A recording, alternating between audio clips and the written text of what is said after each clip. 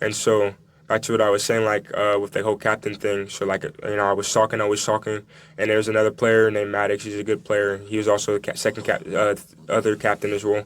We were always talking, and so after I met Coach Gamboa, he was like, "Yeah, this kid is," and then there's the girls' coach, Coach Magical. They were like, "Yeah, this kid is good. He's always talking, always talking." So they gave me, and like we were struggling because like kids were failing classes. People weren't taking it serious because new coach. We have to trust a new coach, have to build a new team, and then it's my senior year, and then some of the seniors were failing.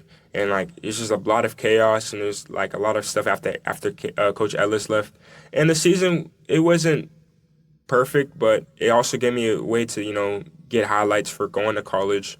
And so after that, he was like, okay, I want you two to be captain. And so trying to lead the team was kind of chaotic. We had players quit mid-season because they didn't want to be a part of the team because they're like, nah, this team's trash. Nah, this talking a lot of trash about the team. And so like a lot of stuff happened, but it was also a lot of character development and helped me learn how to, deal with stress and deal with things not going your way. Being because a leader, yeah. so like because like with soccer, like it's always kind of been like that. Like I've always been around the losing team, but like I've always loved the sport so much. I don't never thought it was always about winning. It's also about character development. So let's pause there for a minute when you say stress. Yeah. What do you do what are you, 20? Yeah, I just turned 23 weeks ago. 23 weeks ago. So what do you do as a 23-year-old? No, 2020. 2020, I'm sorry, 20. What do you do to relieve stress? How do you handle it? I read my Bible. Okay. And I talk to God. But like honestly nowadays I don't even like of course I get stressed. Like I had a moment like a week ago with my mom where I got really like overwhelmed because there's a lot going on. And so normally like I just seek God when I'm really like overwhelmed because like once you seek God, you don't really have to be stressed anymore because it's like you put everything into his hands. And then that's when you become fruitful over and over again. To know that at 20 years old. 20 years old, man. I mean, come on. It wasn't until I was about the late 30s now. I'm still discovering that. Well, I'm still discovering it, and nobody ever taught me this as a kid coming up. Yeah. There's a difference between reacting and responding. Yes. Kids react, adults respond. And you learn how to do that as time happens. And it's experience. But it's also, there's things are going to come up that we're going to, we're already talking here at Miracle Farms about maybe having an event here where you speak, bring younger kids in and put an itinerary together on like your social media, how to create social media, stay on it, stay off of it, what do you post, and how you handle yourself, getting ready for middle school, high school, college, because everything you're doing back here as a young man is preparing you for when the opportunity may be to get that big contract to play soccer, football, baseball, whatever it is. And so, really when you're starting on your first team at, your team where it's a team that you pay to play on, and you're 18, 17 years old, you're really behind the race. Yeah. You're way behind the race. But I love what you said is you begin to talk it, speak it, put it into the air, and then you trust God for it. I'll say this, the anointing supersedes our weaknesses. Yeah, as God begins to move you forward and you begin to prove yourself. I mean, I'm an example of that. This charity, Miracle Farms Foundation, I mean, it came out of COVID. Here it is. And now all of a sudden it's starting to get legs. I didn't think I could do it. I doubted myself. But now it's there. It's starting to get legs. And we're fixing to adopt a home in Denison, Texas, to help feed the whole year for veterans. And so I can't say enough, don't ever quit. Yeah. Don't ever quit on a dream. Don't ever quit on a dream. True. No matter what age you are, and then search that mentor out. Wouldn't you say? Absolutely. Search that mentor out and dig. And if you're digging hard enough, the doors will open up. That's true. So fast forward to now. So now you've graduated. Talk about what it is that you're currently doing now, because you got a chance to go overseas, right? So I've been living overseas for about 9 to 8 months. Okay. But like I was going back ever since I graduated. I was going back and forth. Okay. Because I did play D1 NAI or D2 NAI, I think it was. Okay. But like it was a really good level of soccer, and so after that, I had a really bad situation happen there, and so, but God had already ordained me going overseas, and so it was already planned before I even signed with the not even signed, but like after I moved to Oklahoma, because the coaches had actually reached out to me. They were like, Noah, you should come try out for this La Liga thing. And La Liga is where Ronaldo and Messi played when they were playing in Spain, and that's like Spain's like considered one of the best places to play soccer. Yeah. And so I was like, okay, I'll come back. And I was training with one of my goalkeeper coaches from my school, at my old school. He was like, come train. You can come train. We can do some trainings you don't even have to pay. And so I went back, and it's crazy because I had left the team already, and I was the only player who from my age group who made it from there. And there was another player, of course. Yeah, there was the other. There's another player, of course, and that made it. And then after that, came back to Oklahoma, had my season, and it was very chaotic again. Like after high school, chaotic. Then got signed, and I was like, okay, let's do this. I finally got signed for school. My goal had been succeeded, and like I was like one of the first players. Me and another player were one of the first players from Anna from the past 3 years, because COVID kind of messed things up for the other players.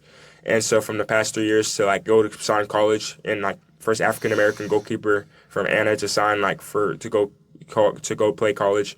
And so I was like, this is a big deal. Let's do this. Let's have a great season.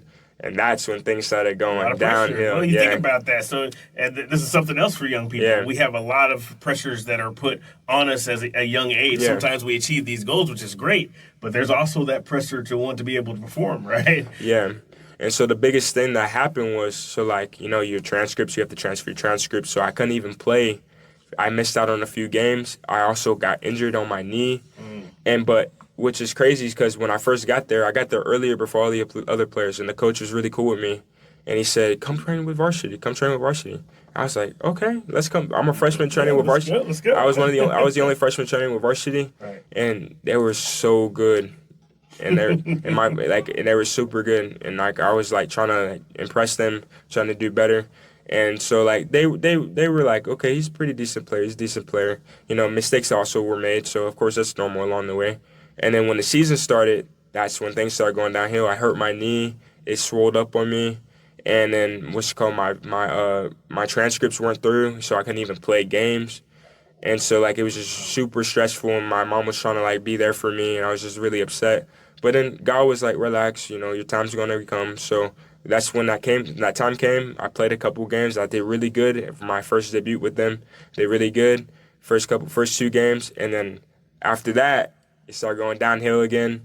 That's when I started making mistakes. I started messing up, and it just really made me upset. But like my obsessive grind never stopped. It only increased. Like every time I did worse, the more I stayed in the gym, the more I kept working. And like I'd be in the gym after a bad game. I'd go straight to the gym. It wouldn't matter if it was like 12 o'clock at night. I'd be in the gym until like I passed out. I was just like, I need to get better. I need to learn.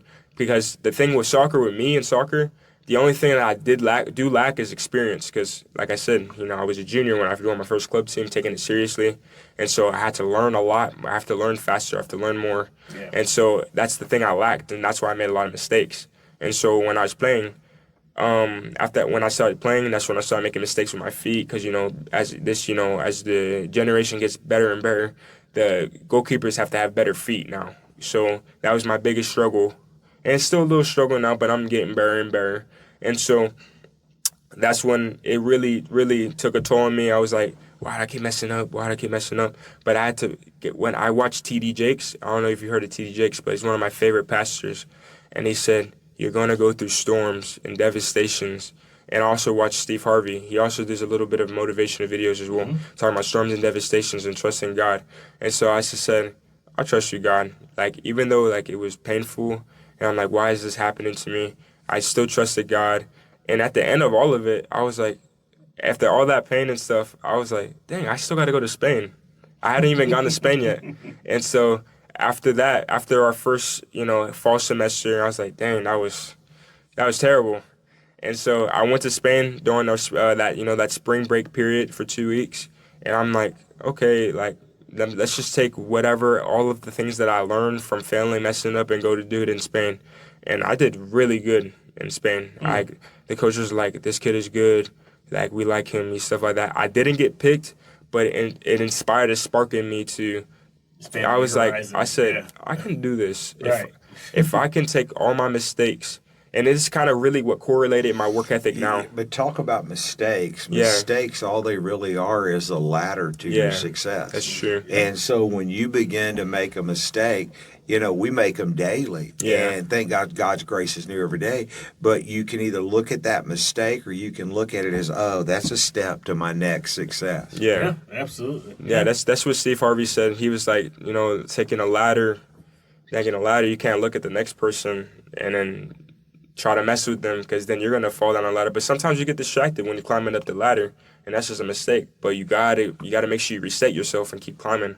Yeah. And so back to what I was saying was, when I went over there, I did really good. I was like, this would, taking all my failures and putting it into going to Spain, I was like, if I can really just take what I'm learning and really orchestrate it, that's what goes into my work ethic now. And so I was like, I can definitely do this. So I came back to my spring season. Everybody was like, dang, you got better. You did good. You're looking better, training. Because I had never stopped training. I always went hard. And so there was another player with me that would always train with me 24/7. And so, I played games during the spring season. I was doing phenomenal. But now the other players, they're not training as hard. And we start losing all the games. I was like, come on. I was playing good. They were playing bad.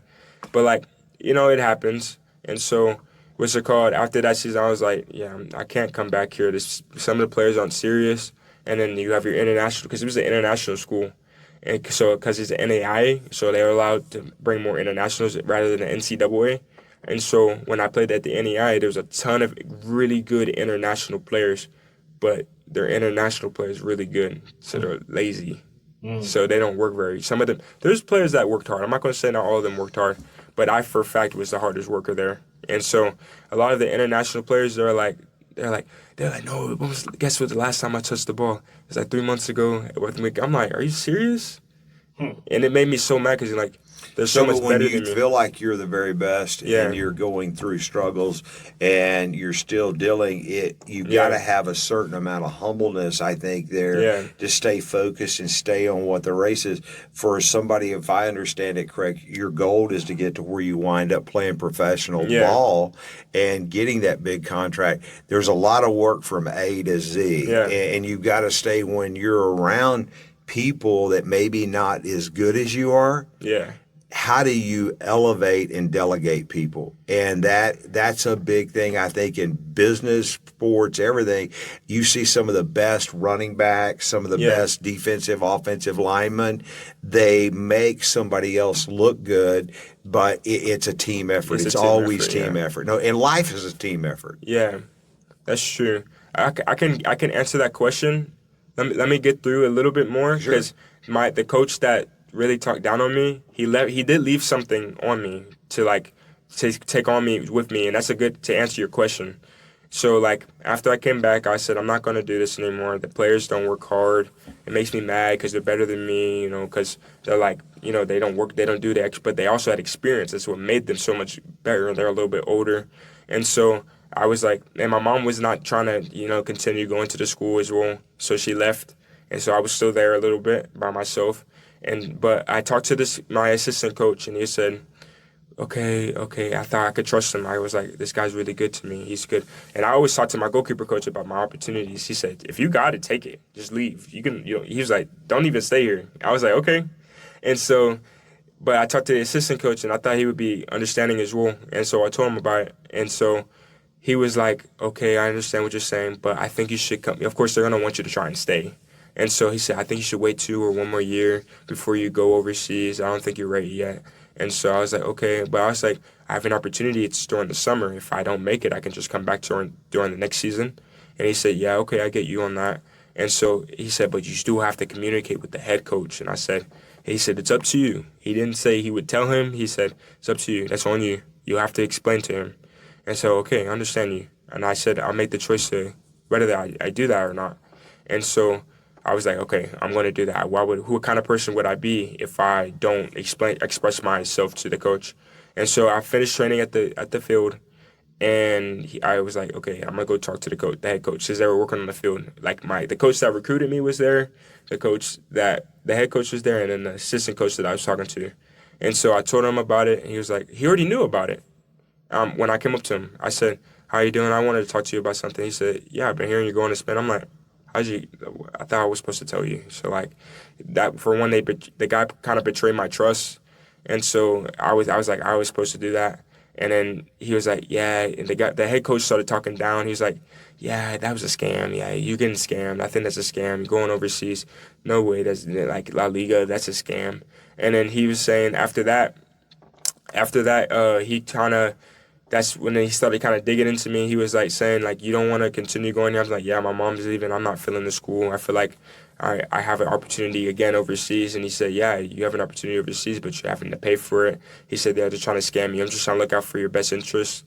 And then after that, that's when, like I said, he started digging into me. He was like, what makes you think like this is real? What makes you think that they're going to want a player like you? Like, what makes you different from all the players over there? Like, you struggle with your feet. What makes you think that you can play over there when you struggle with your feet the most? And then he started comparing his past players to me. He said, I've had players that were 10 times better than you. What makes you think you could play? Like, what makes you different from them? And I said, my work ethic. And he said, your work ethic is not even that good. He started bringing up situations where I was getting, because I'm really hard on myself. And so there'd be situations where he'd be in the gym and I'm like, come on, let's go. Come on. I try to pep myself up. Or like maybe I get overreact a little bit. I get mad. He's like, you're over here yelling at yourself in the gym. He's like, he started talking down on my work ethic. And he said, your work ethic's not even good. You do this, what you do is not even like good. Like, how can you do that if you want to, if you think you're better than all the players that I've had in the past? He said, I've had a bunch of players that play for their national team. They didn't even make it that far. And I'm like, and just really started digging into me, talking down on me. And so I was like, but for me, I don't like to argue. And so I just listened to what he said. And I didn't even argue. I wasn't being rude. And so the other coaches, like I said, they were there too. And so when he was like saying, yeah, it was a scam, yeah, you're getting scammed, I'm sorry they did that to you. And they just started laughing in my face. They basically just laughed at me in my face. The coach that signed me, he was like laughing at me. I was like, are you serious right now? But I didn't lose my cool. I shook his hand and I walked off. And I talked to my mom and she was like, he's talking, what he's saying is stupid. You need to text him back. She said, text him back, tell him, so if I'm not doing good, which it's crazy because before he told me, like, of course, and I made mistakes, and I made a lot of mistakes. He was telling me, you're doing good, Noah, keep doing what you're doing. And I was like, okay, I'm doing good. And then my mom was like, all of a sudden you're doing bad? Right. Your work ethic is bad now? Right. And so, yeah, and it made me think, I was like, yeah, he literally, like, I seen him in the gym all the time. I'm there 24/7. So I can see who's not working out, who's not working hard. I'm there 24/7. And so when I was in the gym, he'd be there, and he didn't say nothing. Doesn't say anything. Right. So, like, obviously I'm doing something right. Yeah. Yeah. So well, it's also, I think, what you got to look at is, and, we can sit here and talk all day long, but it's a situation is wise counsel. Who are you hanging with that's going to give you wise counsel? Yeah, that's well, true. you've proved you went overseas. You're having success now. Things are going on there. It's wise counsel. It's what it really gets down to. Who's talking in your ear? And people also are upset whenever it is that it's not them that did it for you. Yeah. So a lot of that had nothing to do with you. Now he's like, man, if this kid can go and do this without me, now his confidence, his ego is bruised, right? Yeah. So sometimes people project stuff on you that has nothing to do with you, but you were wise enough to be able to see past that and have a mom, again, shout out to your mom, to be able to help you sidestep that. Yeah, and it did, what he said to me did get to me for about a week, and I was already about to go overseas to do my next trial that got me here where I am now today. And it's crazy. I'm not the only player. He said worse to other players. I had a friend, he said, you should quit. You'll never make it pro. And you look at my other players, they've never made it that high. What makes you think you can make it? He's told a bunch of other players crazy stuff. And, like, he just tries to kill their, like, when they want to leave, he doesn't want to sign the release papers. Yeah. But, of course, when you're a coach, you don't want your players to leave. But some of the biggest successful guys have been told no. Yeah. Yep. Yeah, what are you going to do with it, Yeah. So, And so he's talked down to a lot of the players, and I'm like, he just tried to destroy you before you leave. Yeah. And so after that, I was, like, devastated. Like, I even had, like, a little scrimmage, and it wasn't serious scrimmage, but, like, it was, like, something to just help me get my feet together before I leave. And so one of the coaches was playing, and so I was so angry, and it got to me, and I did terrible. And Like, I was upset. I was crying. I called my mom. She was like, no, you need to let this go. Like, you need to whatever he said to you, in the name of Jesus, let it go. And so I let it. I was like, okay, you're right. It's just a scrimmage, one game. And sometimes I say stuff in the past and I have to remind myself, I'm like, what I just said here, I need to take it back. Like, one game doesn't make That's all up of us. your future. That's all of us. Yeah, That's yeah, all of us. one game doesn't make up your future. And I've always said that to myself in the past, so I always have to remind myself. And so, like, it just made me angry, and they destroyed us. I did terrible. But then, moving forward, I was like, okay, I need to prepare for my next opportunity. These thoughts are in my head of this coach talking trash to me. I need to go for this next opportunity. Like, this is like basically now or never, because like I don't know what I'm doing after this. Like, if I don't make this, like, Right. I need to make this. And so what's even crazier is I showed up 2 days late to my showcase because I needed a new passport. My mom was devastated. Literally, she was crying. She was like, I'm so sorry. I didn't know you needed a new passport. It's my fault. But I was relaxed. Like, how I told you, like, unbroken faith. And at this point, my faith was like getting stronger and stronger. Yeah. And so this is where my faith was really like stand tall. And so my mom was crying. I'm like, relax. It's good. We're good. I know everything's gonna work out. And so, like, money's tight. We're trying to figure everything out. And so, like, it was like a really big push. Even my grandma helped me pay for it to get over there. And so, because my mom didn't have the finances. And so we literally took, my mom was like trying to find multiple ways to get me a new passport, trying to get me a new passport. The day of, I got my new passport, flew out right away. Oh, wow. So I got there the third day. So I missed 2 days. And I'm like, my coach just talked trash on me. I'm late. I need to make this happen. And like, when you go, when you're playing, you're working, you get in the zone. I didn't even focus on that. When I started playing, I just locked everything out and I just started playing. And that same very day, the coach is my coach now. When I scrimmaged, I played phenomenal. What's it called?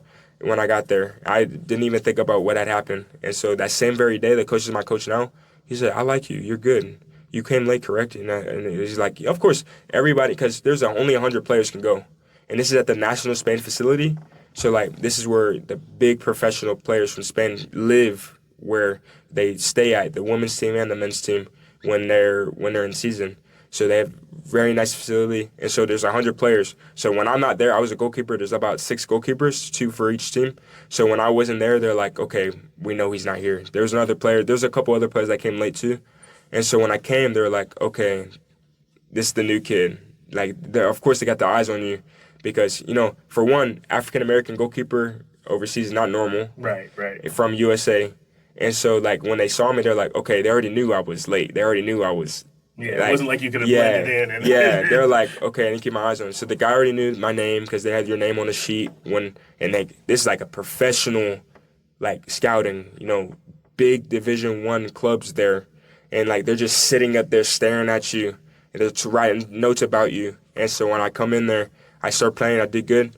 One of the coaches, he came over to me, and when we were finished in the headquarters, when we were finished eating, he said, I like you. You're a good player. Let me get your contact information. And I was like, no way. I just did this. Like, and I came late, and I was like, there's no way God just blessed me with this. And so, like, after that, I was like, I was really still frustrated with myself because, I came late, and I was so exhausted because I don't like feeling exhausted when I feel like I haven't worked really hard. And so I came late, and all the other players, I feel like the other players deserve to be exhausted, like, because, they're grinding, their knees are all messed up because of the turf. And so I was, like, really mad at myself, but, like, God told me to relax, you're good, everything's going to work out. And so right after, I head home, and my mom was just, like, really upset. Like, she was like, I'm so sorry. I'm like, Mom, it's good, it's okay. But, like, deep down I was so upset. And so the guy goes to Egypt because they had another tournament in Egypt to do for the same thing, so they could pick players. And again, I didn't get picked for this, so they had like a ceremony at the end. I didn't get picked, obviously. And so, so that's why I was really upset. And so they go, and so I'm like, okay, I still have this guy's contact. I'll hit him up. And so a couple months after, I come home, so I decided to work a little bit, so to make sure I could save up for my next opportunity. Me and my mom were looking for the next opportunity. It's like, I didn't know I was going to come back. And so while looking, the guy hit me back up. He was like, hey, Noah, I'm going to connect you with my friend who is also now my manager, kind of basically my manager for my academy. And so after that, he was like, okay, you can come here, but it's going to, it's going to cost money. as well. And so it's, not everything comes for free. So I saved up a ton of money working. Like I was working like a madman at Chick-fil-A because I worked at Chick-fil-A. And so I was working every day. I was training before, then I would go work, and then I train after. Sometimes I work at like 11 to 11 shifts. And so like I was just working, trying to make sure I could save up a ton of money.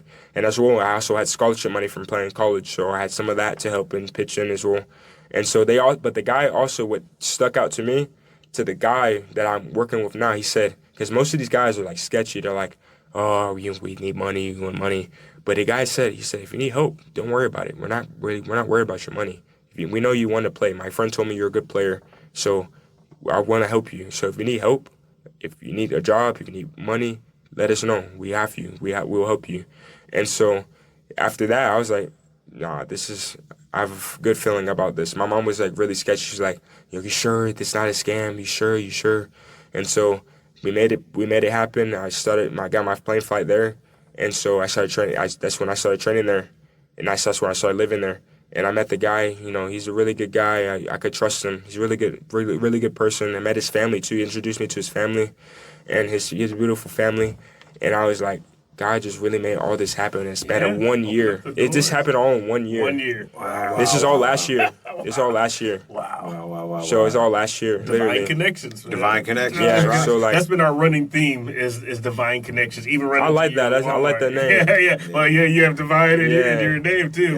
But we prayed for a divine connection. We said we have all of the ingredients. We felt like we had a soup and we had all the ingredients, but we were like, we need help putting it all together, but we need those divine connections to be able to help us to put all the right ingredients to, because if you just throw everything in a soup pot, it's not going to taste right. Yeah. But if you have the right recipe and you have the right ingredients, that's what makes a good soup. So we needed somebody who can help us to really put all these ingredients together. And God's been putting people in our lives, even talking about bringing you on with the social media, because we just talked about, and I had almost forgot that you did social media for us at Jacked Up Nutrition. But it really helped me learn a lot. When you walk in the Spirit, then those divine connections start to happen and stuff starts to fall in place. Your life really has been a story of trying divine to connections, from the coaches that helped you to get better, to lose the weight, to having these different opportunities to grow, because you have to grow in your confidence, and just summarizing your story, growing in your skills, putting in the work, growing in your confidence, having opportunities to be able to go train with different people. These are all not by accident. Some people call it luck. It's God ordained. But these are all, these are all you being able to walk in the Spirit, right? Good stuff. So we want to be able to support you. So talk about how people can actually get to, you have a website, I'm assuming. Yeah.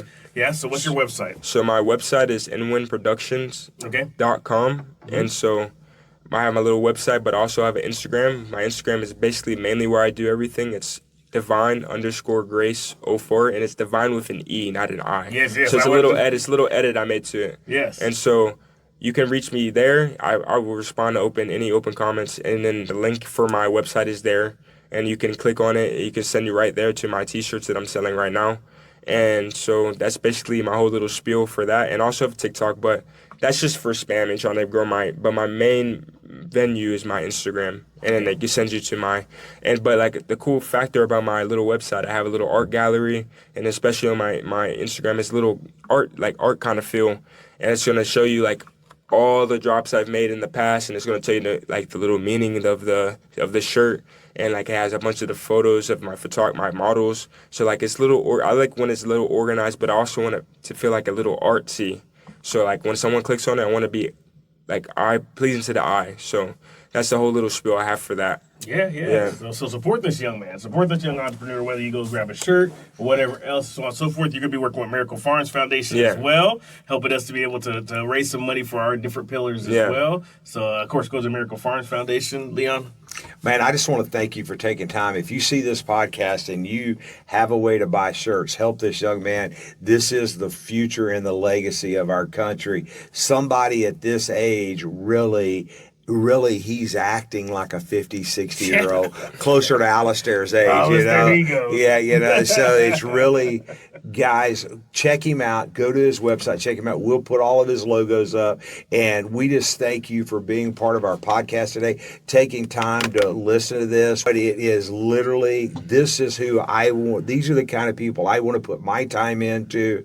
And this is our future and our legacy of our country coming together and working for change. And so, check out Miracle Farms. Check us out at helpbeamiracle.com.